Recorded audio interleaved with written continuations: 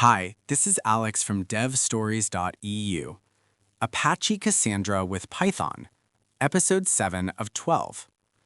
You run a simple select query on a massive table, and suddenly your application crashes with an out-of-memory error, or at least it would if your database driver tried to load everything at once. Instead, the driver handles this gracefully in the background. Today, we are talking about paging large queries. When you execute a query using the Cassandra Python driver, it does not attempt to pull millions of rows into your application memory. By default, the driver automatically pages the results, fetching exactly 5,000 rows at a time. The result set returned to you acts as a standard Python iterator. As you loop through the rows, the driver transparently reaches out to the database to fetch the next batch just before you run out. Your code looks exactly like a standard loop, but underneath, the driver guarantees memory safety by only holding a single page of data in memory at any given moment. You are not stuck with the default of 5,000 rows. You can control this by setting the fetch size property on your statement object before passing it to the execute method. If you lower the fetch size to 100, the driver will hold less data in memory, but will make more frequent network round trips to the database. Do not confuse this mechanism with traditional SQL pagination using limit and offset commands. SQL offset pagination forces the database to scan and discard rows before returning your data, which gets drastically slower the deeper you page.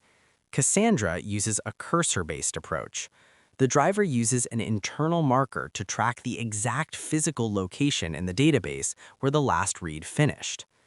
Automatic paging is perfect for background data processing, but it does not work for building stateless web applications. Consider a web endpoint providing a continuously scrolling list of thousands of audit logs to a user interface. You cannot keep a database connection and an active iterator open on your server while waiting for the user to scroll. You need a way to stop the query, close the request, and resume it later.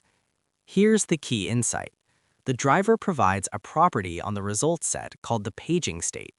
This is an opaque byte string representing the exact cursor position of your query. To build a stateless API, you execute a query, grab a single page of audit logs, and retrieve this paging state. You convert the bytes to a plain hex string and send it to your front end alongside the data. When the user scrolls to the bottom of the interface, the front end sends that exact hex string back to your server. Your backend decodes the string and passes it into the execute method as the paging state parameter.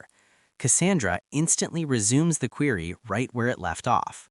Using the paging state allows you to disconnect the memory lifespan of your application from the massive scale of your database tables, enabling you to stream infinite data to clients using a strictly finite amount of server RAM. That's all for this one. Thanks for listening, and keep building.